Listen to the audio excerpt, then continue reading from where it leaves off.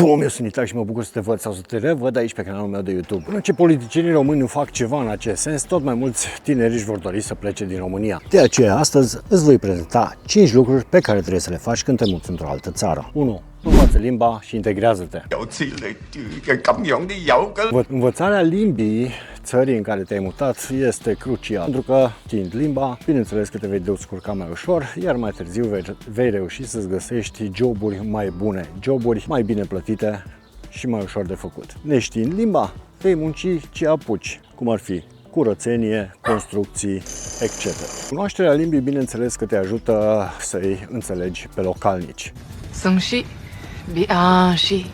Te ajută să comunici cu ei, te ajută să le înțelegi obiceiurile și, la fel de important, te ajută foarte mult să înțelegi ce ar dori un eventual angajator de la tine. Comunicarea este esențială atunci când te muți într-o țară nouă. Bineînțeles că ți este mult mai ușor să aplici pentru joburi noi, să completezi acte, să faci diferite cereri. Participă la cursuri intensive de limbă, dă examene și încearcă să te perfecționezi cât mai mult posibil în limba țării în care te-ai mutat. Acum că ai învățat limba, trebuie să te integrezi. Așa cum am spus deja, integrarea înseamnă și o mai bună cunoaștere a localnicilor, a băștinașilor. Uită cam tot ce ai învățat în România, și aici nu mă refer la obiceiurile tale sau la sărbătorile tale, ci lasă în urmă apucăturile proaste pe care le-ai învățat în România, cum ar fi datul de șpagă. Atunci când te muți într-o țară nouă, bineînțeles că dai de băștinași care au deja o cultură. Așa că încearcă să le înțelegi cultura, încearcă să te integrezi în această cultură, încearcă să le respecti cultura lor. Prin integrare înseamnă și să te integrezi și în cultura țării în care urmează să locuiești. Așadar, cheia succesului tău într-o țară străină poate fi învățarea limbii și integrarea. Al doilea lucru pe care trebuie să-l faci atunci când te muți într-o altă țară este să găsești un loc bun de muncă sau un loc mai bun de muncă.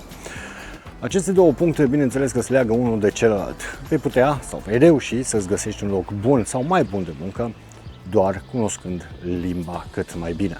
Așa cum deja am spus, necunoscând limba, nefiind integrat, joburile tale vor fi unele destul de slabe. Prost plătite, ore multe de muncă, la locuri fără asigurări sociale. Faptul că lucrezi la curățenie sau lucrezi în construcții nu este un lucru rău, nu asta vreau să spun. Ci vreau să spun că tendința ta trebuie să fie spre mai bine. Acesta ar trebui să fie un job temporar. Asta dacă nu cumva chiar îți dorești să faci asta, curățenie sau construcții. Așadar, dacă ai învățat limba și ai reușit să-ți faci prieteni, cât de cât, printre băștinași, aceștia bineînțeles că te vor recomanda și la locurile lor de muncă. Nu-ți fie frică să aplici pentru locuri mai bune de muncă, pentru locuri de muncă în care poate ai fost pregătit în țară sau, de ce nu, chiar aici, în țara în care te-ai mutat.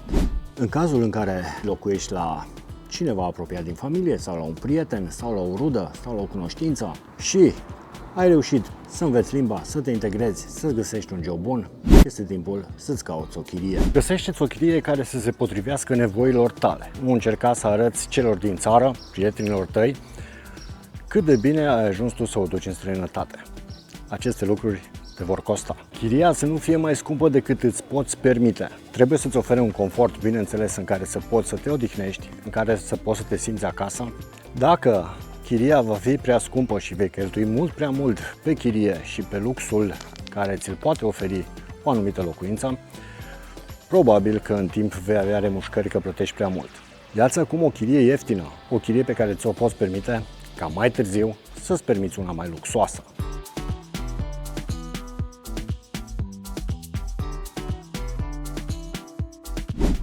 Și acum că ai reușit să faci toate aceste lucruri, poate este timpul să-ți cumperi o mașină.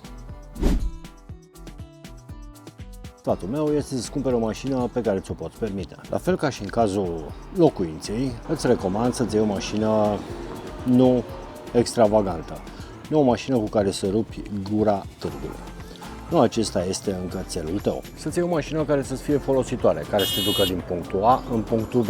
Nu foarte scumpă și nu foarte veche. O mașină undeva la 8-9 ani de zile.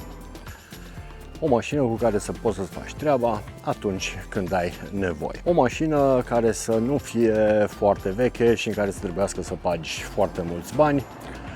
O mașină care să aibă controlul tehnic cel puțin încă un an de zile, ca să poți fi sigur că te poți folosi de ea pentru următoarea perioadă. În cazul în care nu ai bani suficienți, bineînțeles că îi faci un credit sau o finanțare pentru mașina pe care urmează să o cumperi. De aceea este foarte bine să nu bași foarte mulți bani, să nu te împrumuți foarte mulți bani, pentru ca rata lunară să nu fie foarte mare. De obicei, aceste credite se fac pe o perioadă de 4-5 ani de zile, iar un credit de 10.000 de euro îl vei achita destul de ușor, asta însemnând o rată de aproximativ 200 de euro pe lună. Deși te înțeleg și îți înțeleg dorința de a-ți cumpăra o mașină nouă de ultimă generație, te sfătuiesc să nu o faci, deoarece cheltuielile cu aceste mașini sunt foarte mari.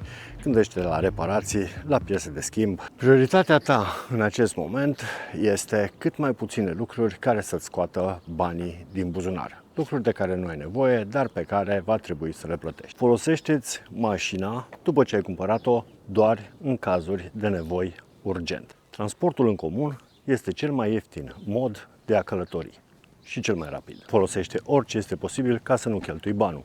Cel puțin nu în această perioadă, deoarece s-ar putea să urmeze o mutare foarte importantă. După ce ai făcut toate acestea, ai învățat limba, ai reușit să te integrezi, ai reușit să-ți faci ceva prieteni printre localnici, ți-ai găsit un loc bun de muncă, ți-ai luat o chirie, acum ți-ai luat și o mașină, este momentul să-ți aduci familia.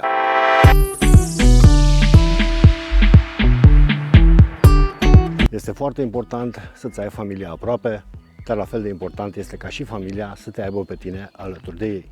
Fără familia ta alături, fără copiii tăi alături, fără soția ta alături, vei fi mereu singur. Vei sta tot timpul cu ei pe telefon, tot timpul îți vei face griji, gândurile tale vor fi doar la ei, ce fac, cum sunt, dacă au tot ce le trebuie. Așadar, nu este un lucru bun nici pentru tine și nici pentru ei să stați departe. După 7-8 luni de zile, maxim un an de zile, de când te-ai mutat într-o altă țară, este timpul să-ți aduci familie. Ai posibilitatea de a le oferi condiții.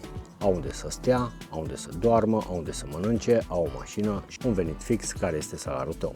Încet, încet, soția, partenera, soțul, partenerul se vor adapta și ei, la fel cum ai făcut-o și tu, urmând aceiași pași și se vor integra, își vor găsi un loc de muncă, iar copiii vor merge la școală, vor învăța limba și vor progresa și se vor maturiza într-o altă țară, în țara de adopție. Și poate ai plecat din România cu gândul că la un moment dat te vei întoarce înapoi.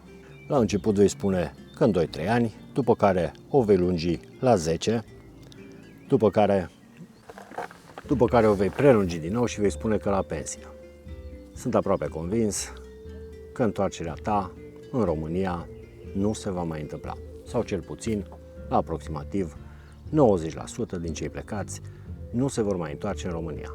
Vor prinde rădăcini în țările de adopție, copiii lor se vor integra foarte bine aici, iar țara lor mamă și locul în care au crescut va fi țara de adopție în care tu te-ai mutat împreună cu familia ta, își vor face prieteni copiii, se vor căsători, se vor integra, iar tu, fără copiii tăi, nu vei mai avea niciun rost în România la pensie atunci când te-ai hotărât să te întorci în România. Cam acestea sunt cele 5 lucruri pe care te sfătuiesc eu personal să le faci atunci când te muți într-o țară străină. În viziunea mea sunt cele mai ușoare lucruri spre integrarea ta în țara respectivă. Dacă găsiți benefic ceea ce v-am spus, lăsați-vă aprecierile cu un like, comentați în secțiunea pentru comentarii, spuneți-mi ce credeți voi că ar fi foarte important de făcut atunci când te muți într-o altă țară, într-o țară străină, sau dacă deja ați experimentat acest lucru. De asemenea, spuneți în comentarii cum s-a întâmplat la voi. Eu vă mulțumesc, aici Nitac, ne vedem data viitoare.